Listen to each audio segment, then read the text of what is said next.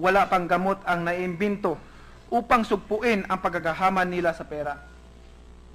Ito ngayon ay tinatawag na wealth addiction. Ang mga adik sa pera ay walang pakialam kung masira ang kinabukasan ng kanilang mga nabibiktima. Basta ang mahalaga, dumami ang kanilang pera. Yes, drug addicts are addicted to drugs, while drug lords, posers, protectors are addicted to money. Tungod sa inyong pagsungak-sungak sa lahat ng mga drug addicts, drug posers, protectors, tungod sa inyong pagsungak-sungak sa kwarta, wa ninyo panumbalinga ang daotang epekto sa illegal nga droga ngadto sa inosenteng mga biktima. Ayaw ninyo binuangi ang mga katawhang pobre. We must speak to these criminal minds in the only language they understand. They must understand that our government will put a stop to impunity. They have profited from the blood of thousands upon thousands of Filipino youths. It must stop now. If you don't understand English, then kinahanglan ihunong na ninyo na tanan. Let's put more teeth in the law penalizing drug-related activities. But let's not disregard the rights of suspects to a fair trial. Noong sinuportahan ni Professor Esteban Bautista ng UP Law Center ang death penalty, simple subalit direct to the point ang kanyang pahayag, and I quote, "When people began to believe that organized society is unwilling or unable to impose upon criminal offenders the punishment they deserve, they are sowing the seeds of anarchy, of self-help, of vigilant justice and lens law. The people will take the law upon their hands and exact vengeance in the nature of personal vendetta." End of quote. Dahil dito, ako po ay nag-file ng Senate Bill number 185, an act to impose the death penalty and increase penalties on certain heinous crimes involving dangerous drugs, amending for that purpose other special penal laws and for other purposes.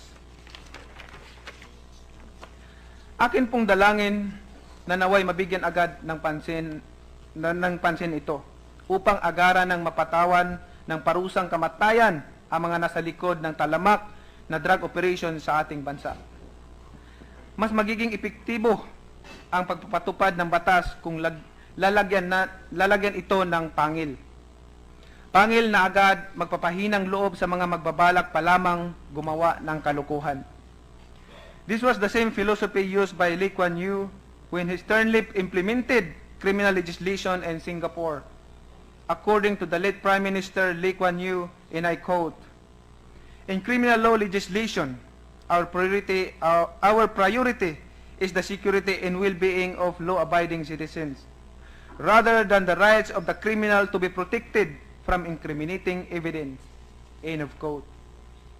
Political will to protect the law-abiding citizens and discipline were the formula of Lee Kuan Yew that brought progress to his country. Nasaan ang Singapore ngayon? Nasaan tayo ngayon? Mr. President, ako ay humingi ng tulong sa inyo at sa aking mga kapwa mambabatas para malunasan na ang ugat ng kanser sa ating lipunan. Ang lahat po ay may karapatang mabuhay. Pero bilang mambabatas, may obligasyon rin po tayo sa ating mga mamamayan na mabigyan sila ng tahimik at maayos na pamumuhay. Wala tayong dapat ikatakot sa death penalty dahil ito ay para lamang sa mga taong walang habas gumawa ng karumal-dumal na krimen. Sa death penalty for drug traffickers, kakampi po natin dito sino mang Juan de la Cruz at lahat ng Pilipino na sumusunod sa batas at gumagalang sa karapatan ng kanyang kapwa. May mga nagsasabi, Mr. President, na the war on drugs is bound to fail. Yes, we are bound to fail only if we are divided. But listen to this. We will stand and succeed if we are united. Mr. President, may tinatayang 1.3 million drug users ngayon sa bansa ayon sa datos ng Dangerous Drugs Board. Hayaan ba nating dumating ang araw na maging ang ating mga anak at mahal sa buhay, Mr. President, ay kasama na sa bilang na ito? Masyadong maluwag ang ating batas para sa mga drug traffickers. Sa aking pagsasaliksik at personal na kaalaman tungkol sa illegal drug trade, nabuo ko ang simpleng analysis na may dalawang mukha ang drug trade. Una ay ang mga users na addict sa droga. Pangalawa, Mr. President, ay ang mga drug lords, manufacturers, posers, at protectors na addict naman sa pera. Mas maraming droga, mas maraming kita. Ang mga mayamang drug traffickers na ito ay higit na nakakabahala. Kahit sa sensya, wala pang gamot ang naimbento upang sugpuin ang paggagahaman nila sa pera. Ito ngayon ay tinatawag na wealth addiction. Ang mga addict sa pera ay walang pakialam kung masira ang kinabukasan ng kanilang mga nabibiktima. Basta ang mahalaga, dumami ang kanilang pera.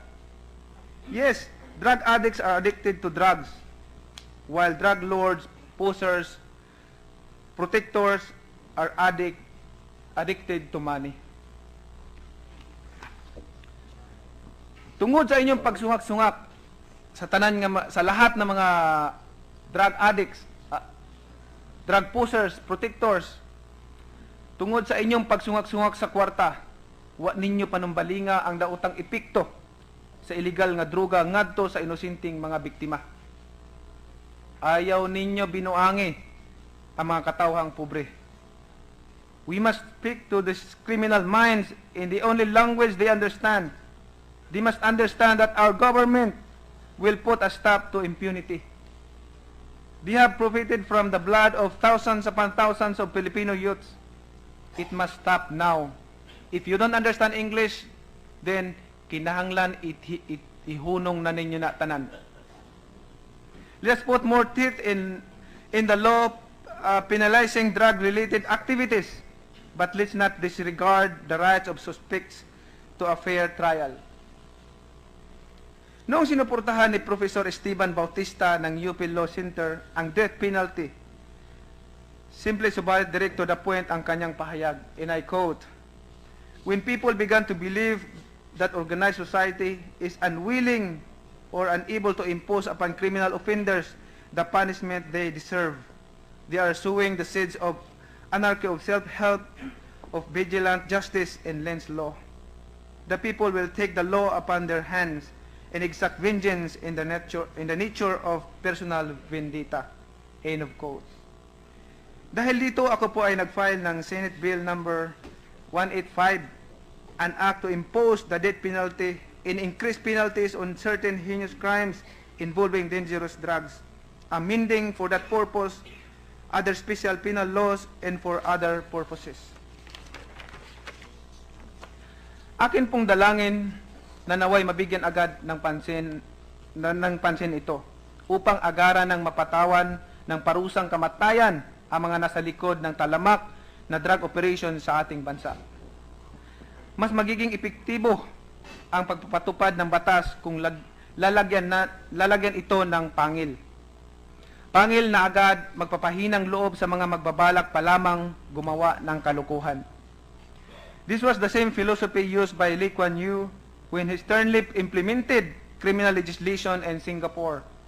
According to the late Prime Minister Lee Kuan Yew, and I quote, "In criminal law legislation, our priority is the security and well-being of law-abiding citizens, rather than the rights of the criminal to be protected from incriminating evidence."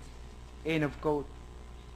Political will to protect the law-abiding citizens and discipline were the formula of Lee Kuan Yew that brought progress to his country. Nasaan ang Singapore ngayon? Nasaan tayo ngayon? Mr. President, ako ay humingi ng tulong sa inyo at sa aking mga kapwa mambabatas para malunasan na ang ugat ng kanser sa ating lipunan. Ang lahat po ay may karapatang mabuhay.